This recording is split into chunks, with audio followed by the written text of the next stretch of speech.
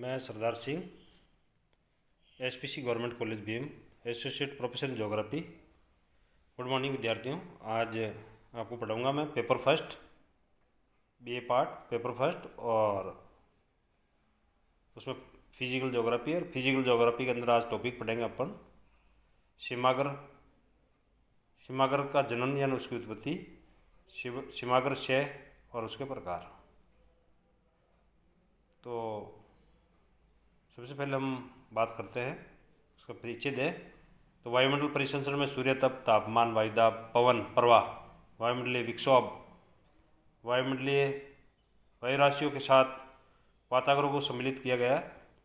विभिन्न गुणों वाली वायु राशि अपने मूल गुण व विशेषताएं प्राप्त करने के बाद उत्पत्ति क्षेत्र में या उत्पत्ति क्षेत्र से गमन करने लगती है।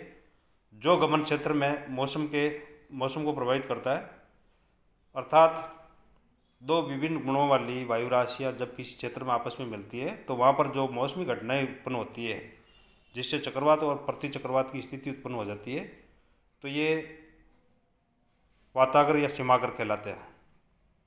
सीमागर की परिभाषा के रूप में हम दे सकते हैं, जहाँ दो विभिन्न गुणों वाली वायु राशियाँ एक दूसरे की ओर प्रभावित होकर के आकर के मिलती है और जिसके फलस्वरूप एक ढालू पृष्ठ का निर्माण होता है, जिसके कारण दोनों विभिन्न गुणों वाली वायु राशियाँ पाई जाती है, उसे सीमागर कहते हैं। अब इसकी जो परिभाषा वो क्रिसफील्ड ने ये दी है कि दो वायु राशियों के मिलन क्षेत्र को वातागर कहा जाता है। यानी सीमागर या वातागर एक ही बात है। स्टलन का दो विपरीत वायु राशियों के मिलन स्थल को वातागर कहा जाता है, अर्थात ठंडी और गर्म वायु राशियाँ जहाँ मिल जाती है उस वहाँ पर वातागर की स्थिति उत्पन्न होती है। त्रिवार्तन का वातागर कोई रेखा नहीं होती है, बल्कि ये पर्याप्त चौड़ाई वाले ऐसे क्षेत्र होते हैं जो 5 से 80 किलोमीटर चौड़े होते हैं। अब विद्यार्थी, ये है वातागर की उत्पत्ति कैसे होती है। तो इसके लिए जो दशाएँ हैं वो निम्नलिखित हैं। एक पहली दशा इसके लिए विपरीत ताप और आर्द्रता वाली वायु राशियों का मिलना। दो वायु राशि आपस में जब मिल जाती है तो उसके कारण वातागर उत्पन्न होता है। जैसा कि आपके सामने ये चित्र दे रखा है, और इस चित्र के अंदर दो वायु राशियाँ यानी गर्म वायु राशि और ठंडी वायु राशि आपस में जब मिल जाती है तो वातागर का निर्माण करती है। दूसरा पॉइंट है विद्यार्थियों, विपरीत दिशा से आकर एक तल पर वायु राशियों का अभिसरण। जब विपरीत ताप व आर्द्रता वाली वायु राशियाँ विपरीत दिशा में आकर के एक तल पर मिल जाती है तो ऐसी स्थिति को सीमागर का निर्माण होता है या वातागर का निर्माण होता है। तो इसके अंदर देखिए विद्यार्थियों, ये आपके सामने चित्र दे रखा है। यानी इसकी उत्पत्ति के लिए एक तरफ उष्ण आर्द्र वायु और दूसरी तरफ शुष्क व शीत वायु। तो ऐसी स्थिति में ऊपर दे रखा है वातागर या सीमागर शीत। फिर इसके अंदर जो विपरीत दिशा में आकर के एक तल पर जो वायु राशि का विसरण होता है वो सीमागर या वातागर जनन। दूसरा पॉइंट है सीमागर क्षय। ये सीमागर के समाप्त होने की प्रक्रिया ही प्रति चक्रवातीय क्षेत्र अथवा अपसरण क्षेत्र में वायु राशि विभिन्न दिशाओं में गमन करती है तो वहाँ सीमागर नहीं बनते। कुछ विशिष्ट दिशाओं में सीमागर के नष्ट होने की प्रक्रिया को सीमागर क्षय कहा जाता है। तो ये आपके सामने ये इसके डायग्राम्स दे रखे हैं और इसमें इसको एक्सप्लेन कर रखा है। सीमागर के जो है प्रकार दे रखे हैं, दो प्रकार के होते हैं, एक प्राथमिक सीमागर और एक दूसरा है उष्णकटिबंधीय सीमागर या भूमध्य रेखीय सीमागर। तो जो प्राथमिक सीमागर है वो स्थिति के आधार पर प्राथमिक सीमागर को निम्नलिखित रूपों में बांटा गया है। एक तो है उष्णकटिबंधीय सीमागर या उष्णकटिबंधीय वातागर। तो उष्णकटिबंधीय जो वातागर है वो भूमध्य रेखीय न्यून वायुदाब क्षेत्र में उत्तरी पूर्वी और दक्षिणी पूर्वी व्यापारिक हवाओं के मिलने से स्थानीय स्तर पर वातागर का निर्माण होता है। व्यापारी पवनों के वायुधारा के रूप में ऊपर उठने से पर्याप्त वर्षा होती है और कुछ विद्वानों ने सीमागरों को दो भागों में और बांटा है। एक तो है देशांतरीय सीमागर, ये लघु सीमागर। फिर विद्यार्थी हम बात करें सीमागर के प्रकार में, ये तो प्राथमिक सीमागर हो गया जिसमें अंतरा उष्णकटिबंधीय सीमागर, और दूसरा इसके अंदर है ध्रुवीय सीमागर। जहाँ उष्णकटिबंधीय गर्म वायु राशियाँ पश्चिम पवनों के रूप में तथा ध्रुवीय वायु राशियाँ ध्रुवीय पवनों के रूप में दोनों गोलार्धों में 30 डिग्री से 50 डिग्री अक्षांशों के मध्य आकर के मिलती है, तो सीमाग्र का इस तरह के सीमाग्र का निर्माण करती है, ध्रुवीय सीमाग्र का निर्माण करती है। ध्रुवीय सीमाग्र सबसे महत्वपूर्ण होते हैं क्योंकि शीतोष्ण कटिबंधीय चक्रवातों की उत्पत्ति व जेट स्ट्रीम इन्हीं के सारे उत्पन्न होते हैं। फिर इसमें विद्यार्थियों तीसरा जो सीमाग्र है वो आर्कटिक व अंटार्कटिका सीमाग्र। ये सीमाग्र उन भागों में बनते हैं जहाँ ध्रुवीय क्षेत्र की ही दो विभिन्न गुणों वाली वायु राशि आकर मिलती है, अर्थात वहाँ ध्रुवीय महाद्वीपीय व ध्रुवीय सागरीय वायु राशियाँ आकर के मिल जाती हैं। तो उत्तरी भागों में 66.5 डिग्री के आसपास आर्कटिक सीमाग्र व दक्षिणी गोलार्ध में 66.5 के पास अंटार्कटिका सीमाग्र का निर्माण होता है। और इन वायु राशियों में तापमान का विशेष अंतर नहीं होता है, अतः इनके सारे चक्रवात नहीं रहते हैं, साथ ही ये सीमाग्र विशेष प्रभावकारी नहीं होते हैं। सॉरी। फिर विद्यार्थी हम बात करते हैं द्वितीयक या गौण सीमाग्र। तो द्वितीयक या गौण सीमाग्र जो है वो प्राथमिक सीमाग्र पर ही विकसित होते हैं और और ये जो सीमाग्र बनने के पश्चात अधिक समय तक स्थिर नहीं होते हैं।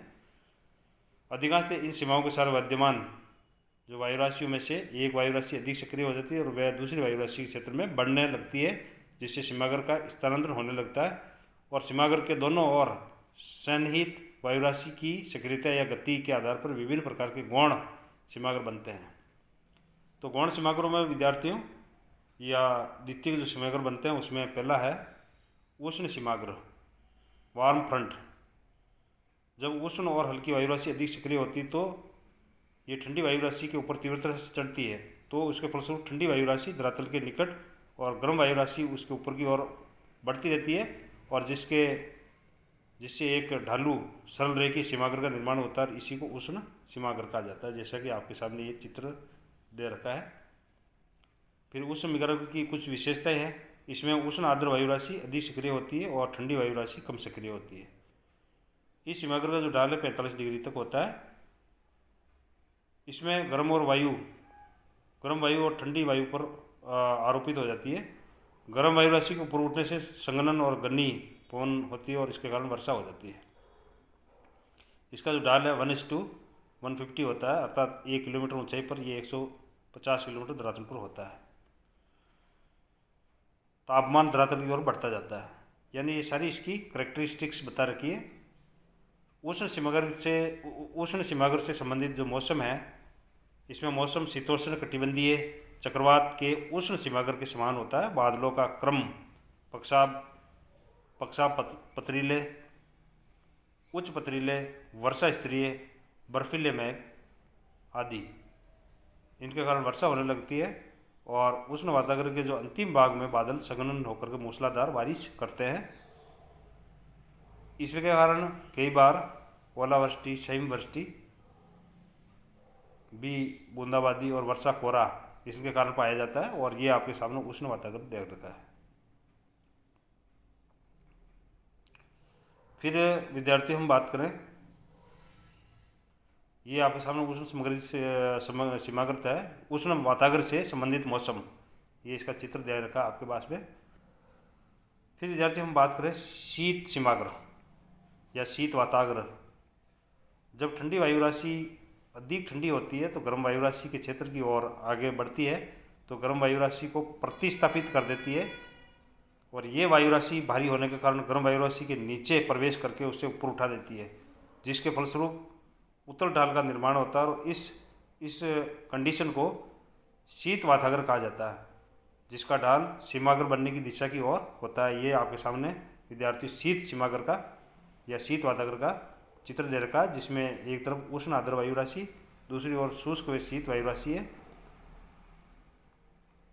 और उष्ण आर्द्र वायु राशि ऊपर की ओर बढ़ती है और बादलों का निर्माण करती है। अगर इसकी विशेषता देखें तो शीत वातावरण में ठंडी वायु राशि सक्रिय होती है और जिसके कारण जो उष्ण वायु राशि को ये ऊपर की ओर अग्रसर करती है। ठंडी वायु राशि गर्म वायु राशि के नीचे प्रवेश करके उसे ऊपर उठा देती है। इस हिमागर का ढाल तीव्र और उत्तल होता है और इसकी जो प्रवणता है 1:25 से 1:80 तक होती है। इसके अंदर यदि मौसम देखें शीत वातावरण के अंदर विद्यार्थियों, तो इसमें बादलों का क्रम पक्षाब, उच्च पक्षाब, कपासी बर्फीले मेघ होते हैं और सीमागर के अग्रभाग में पक्षाब बादल होने से मौसम अच्छा बना रहता है। वर्षीले बादल आने पर अल्पकालीन मूसलाधार वर्षा भी इसमें होती है। इसके बाद ओला, वृष्टि, हिम, तड़ित और वायुमंडलीय परिघटनाएं इसमें होती रहती है। तीसरे प्रकार का जो सीमागर होता है विद्यार्थियों, जिसको स्टेबल और स्टेशनरी फ्रंट्स कहा जाता है, स्थिर और स्थायी सीमागर। जल विपरीत गुणों वाली वायु राशियों में से किसी प्रकार की गति नहीं होती है, यानी जब विपरीत गुणों वाली वायु राशियों में किसी प्रकार की कोई गति नहीं होती तो इसके बीच वातावरण कुछ समय के लिए स्थिर हो जाता है, अर्थात वायु राशियाँ एक दूसरे के समानांतर चलने लगती है, तो इसे स्थिर सीमागर कहा जाता है। फिर नेक्स्ट जो सीमागर है विद्यार्थियों, उसको बोलते हैं अधिविष्ट या अधिधरण सीमागर।